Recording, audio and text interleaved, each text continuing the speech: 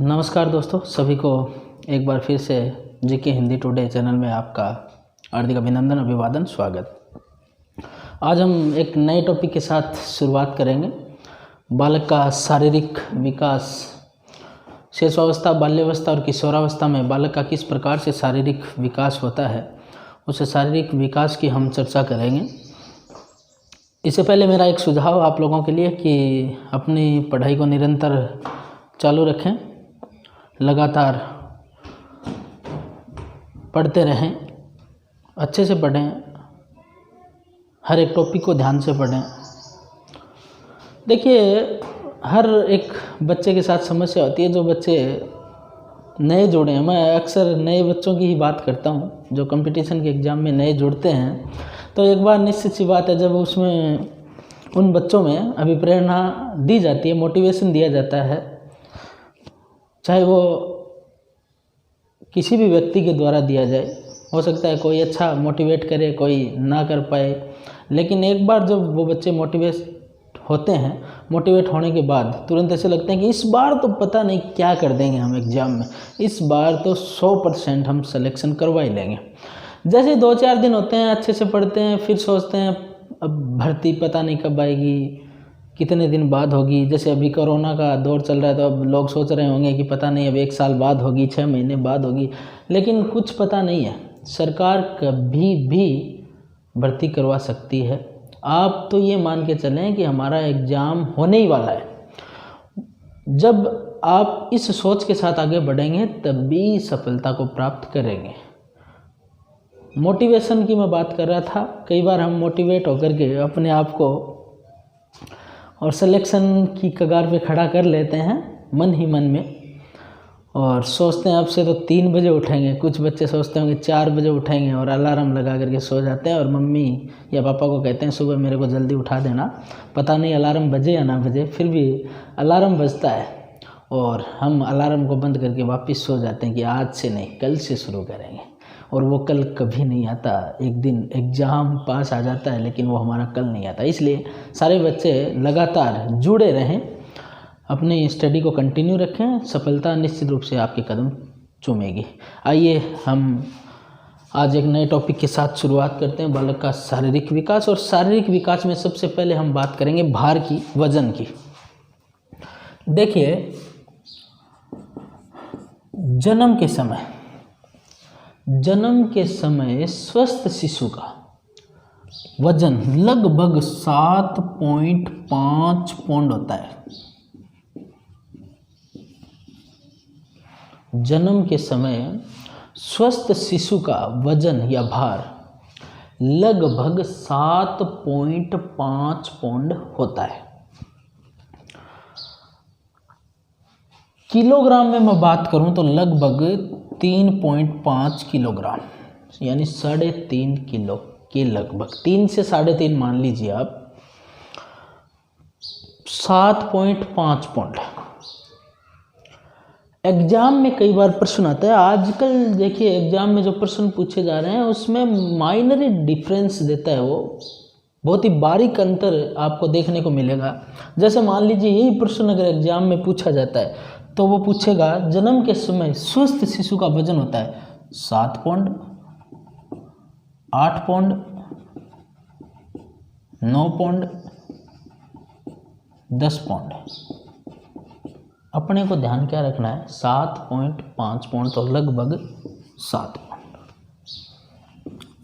हालांकि थोड़ा बहुत ध्यान रखा जाएगा, 7 दिया है, 8 दिया है, 9 दिया है, 10 दिया, वहाँ हो सकता है 7 दे दे, 9 दे दे, 11 दे दे, 13 दे दे, इस प्रकार से। लेकिन अपने को ध्यान रखना है 7.5 पौंड। और अगर ऐसे पूछ लिया जाए तो अपन क्या करेंगे, सही 7 पौंड। इस चीज़ का आपको साथ साथ में ध्यान रखना है। तो देखिए, जन्म के समय स्वस्थ शिशु का, बालक या बालिका का वजन लगभग 7.5 पौंड होता है। 6 माह में वजन लगभग दुगुना हो जाता है, इसका दुगुना, यानी 6 माह में वजन कितना हो जाएगा, डबल हो जाएगा। मैं बात करूं 1 वर्ष की, 1 वर्ष में तिगुना, यानी जन्म के समय से 1 वर्ष तक जब बच्चा होता है, जन्म के बाद 1 वर्ष के बच्चे में जो वजन है वो अपने जन्म का तिगुना होता है। थोड़ा सा ध्यान दें, शेषवावस्था में बालक का वजन बालिका से अधिक होता है। शेषवावस्था में बालक का वजन बालिका से अधिक होता है, यानी लड़का लड़की की तुलना में अधिक होता है। उत्तर बाल्यावस्था में लड़की का वजन लड़के से अधिक होता है और पूर्व किशोरावस्था तक लड़की का वजन लड़के से अधिक होता है। लेकिन उत्तर किशोरावस्था में, या मैं कहूँ 18 से 19 साल वर्ष की आयु में, लड़के का वजन लड़की से अधिक होता है। और लगभग अंतर की मैं बात करूं तो दोनों के वजन में लगभग 10 पाउंड का अंतर आ जाता है। तो ये हमने बात की भार की। हमने जाना जन्म के समय 7.5 पाउंड, लगभग 6 माह में दुगुना हो जाता है, 1 वर्ष की आयु में तिगुना हो जाता है। शेषवावस्था में लड़के का वजन लड़की की अपेक्षा अधिक होता है, लेकिन उत्तर बाल्यावस्था में लड़की का वजन लड़के की अपेक्षा अधिक होता है। और ये पूर्व किशोरावस्था तक लड़की का वजन है वो लड़के से अधिक होता है, लेकिन उत्तर किशोरावस्था में लड़के का वजन लड़की से अधिक होता है। आइए अगले पॉइंट की मैं बात करूं तो लंबाई।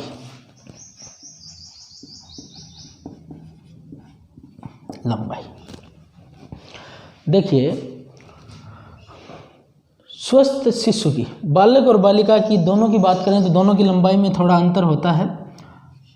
बालक की लंबाई लगभग 51.25 सेंटीमीटर, या मैं सीधा ही लिखूं तो सेंटीमीटर, यानी बालक की लंबाई जन्म के समय 51.25 सेंटीमीटर, बालिका की 50.75 सेंटीमीटर होती है।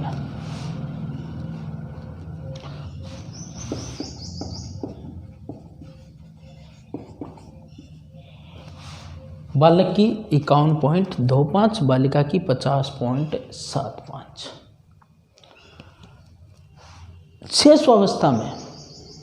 शेषवावस्था में बालक की लंबाई बालिका से अधिक होती है। वही भार वाली बात, शेषवावस्था में बालक की लंबाई बालिका से अधिक होती है, लेकिन बाल्यावस्था में लड़की की लंबाई लड़के की अपेक्षा अधिक होती है। पूर्व किशोरावस्था तक लगभग 15 या 16 साल तक, पूर्व किशोरावस्था तक यानी लगभग 15 वर्ष, मान लीजिए आप 15 वर्ष की आयु तक लड़की की लंबाई तेज गति से बढ़ती है। 16 वर्ष तक जितनी लंबाई बढ़नी होती है वो बढ़ जाती है, यानी लड़की की लंबाई है वो 16 वर्ष तक और लड़के की लंबाई है वो 18 या 19 उत्तर किशोरावस्था तक बढ़ती है। ये बात की हमने लंबाई के बारे में। अब हम बात करते हैं हड्डियां।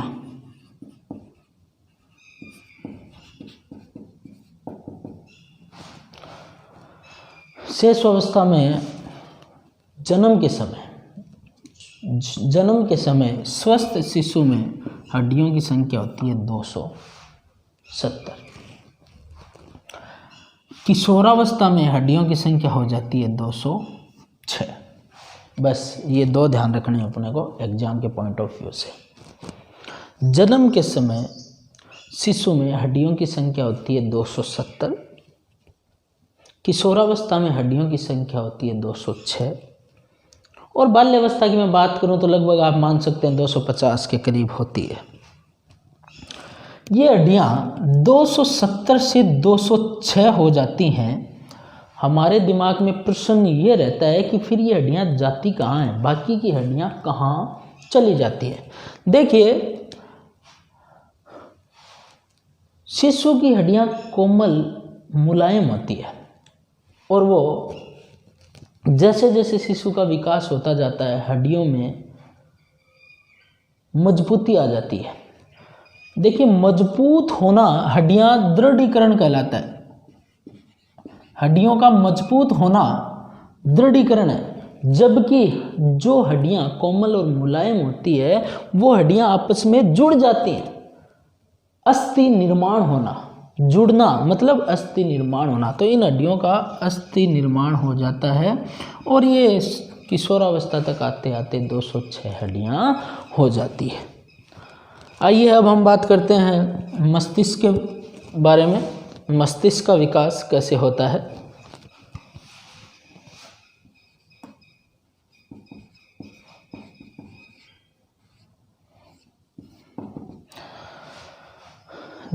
देखिए, मस्तिष्क का वजन लगभग 1400 ग्राम होता है, ये हम सब लोग जानते हैं।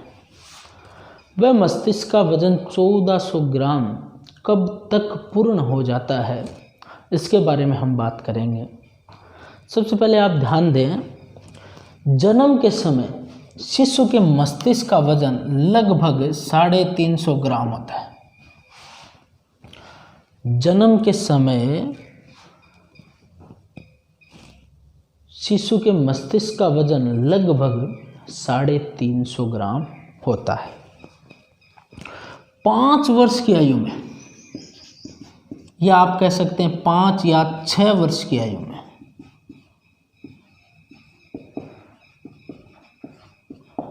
मस्तिष्क का 90% विकास हो जाता है। 5 वर्ष की आयु में मस्तिष्क का 90% विकास हो जाता है। 10 वर्ष की आयु में मस्तिष्क का 95% यानी 95% विकास हो जाता है। 12 वर्ष की आयु में मस्तिष्क का वजन लगभग 1260 ग्राम हो जाता है। और किशोरावस्था में मस्तिष्क का पूर्ण विकास हो जाता है। थोड़ा सा ध्यान दें, यहाँ किशोरावस्था न ध्यान रख कर के आप रखें, 16 वर्ष की आयु में मस्तिष्क का पूर्ण विकास हो जाता है, यानी वजन जो मस्तिष्क का आना होता है 1400 ग्राम वो आ जाता है। या मैं कहूँ कि 16 वर्ष की आयु तक मस्तिष्क का पूर्ण विकास हो जाता है। अगर वर्ष ना ध्यान रहे तो आप ध्यान रखें, किशोरावस्था में मस्तिष्क का पूर्ण विकास हो जाता है। एक चीज़ ध्यान दें आप, हमारे समाज में इस प्रकार की मान्यताएं हैं, बूढ़े बुजुर्ग जो लोग हैं उनके बारे में या उनसे आपने सुना होगा कि बुद्धि जो आनी थी वो आ गई, बुद्धि जो आनी थी वो आ गई। कहने का मतलब क्या हुआ, वो बच्चों को, जब बच्चे किशोरावस्था में होते हैं उस समय समाज में ऐसी बातें देखने को मिलती है कि बुद्धि जो आनी थी वो आ गई, अब बुद्धि थोड़ी आएगी। तो वो उनका बुद्धि का मतलब यहाँ 16 वर्ष की आयु तक है मस्तिष्क के वजन से, यानी मस्तिष्क का वजन जो 1400 ग्राम था वो आ गया। कहने का मतलब मस्तिष्क का जो वजन है वो उसका पूर्ण विकास 1400 ग्राम जो वजन होता है वह 16 वर्ष की आयु तक पूर्ण हो जाता है। अब हम बात करते हैं हृदय की धड़कन की, हार्ट बीट, धड़कन।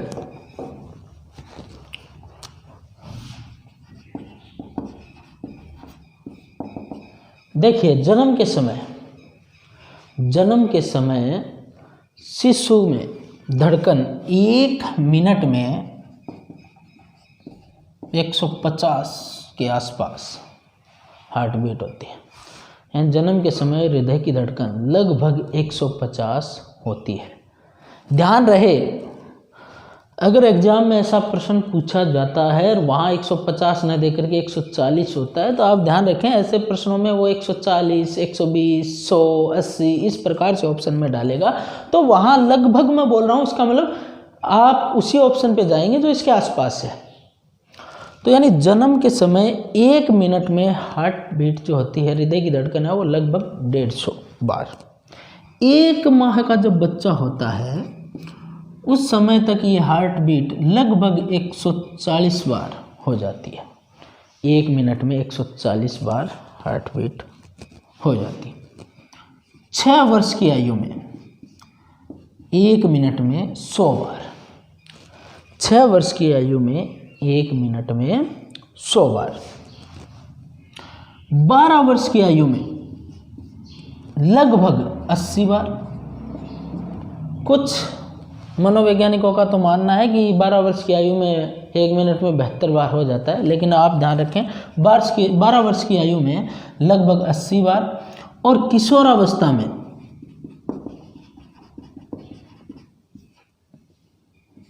1 मिनट में 72 बार हृदय की धड़कन होती है। हालांकि साइकोलॉजी मानती है लड़कियों में लड़कों की अपेक्षा हृदय की धड़कन कम होती है, उनमें ये 72 ना होकर के 69 से 70 ही होती है, यानी 69 से 70 के लगभग होती है। लेकिन आपको यही ध्यान रखना है जन्म के समय लगभग 150, 1 माह में 140, 6 वर्ष में 100 और किशोरावस्था में 1 मिनट में 72 बार हृदय की धड़कन होती है, हार्ट बीट होती है। अगली मैं बात करूँ तो दांत।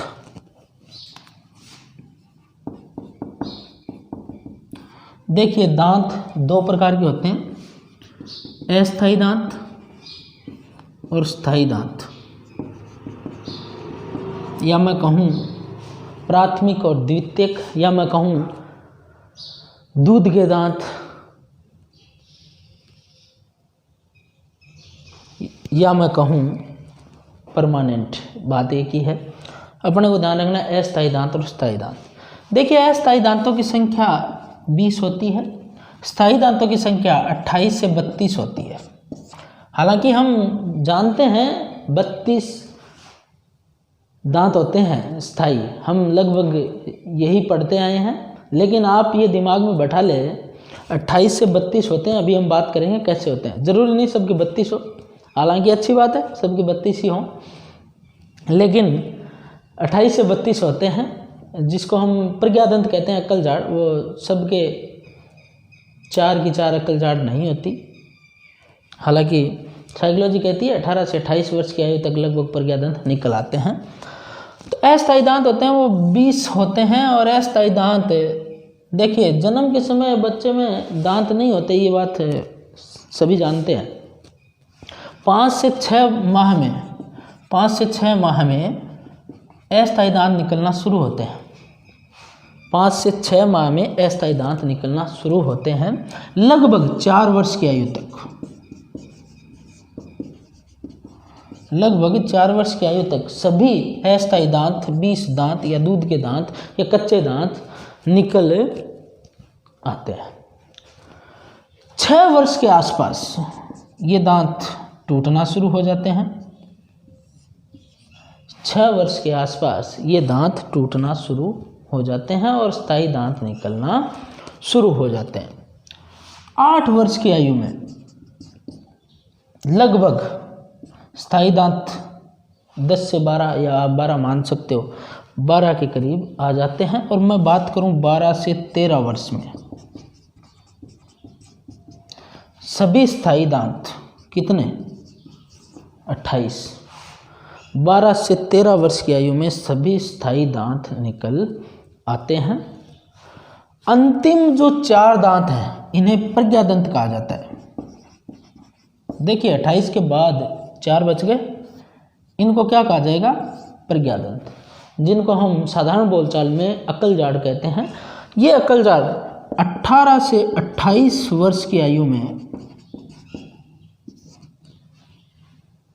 निकल जाते हैं।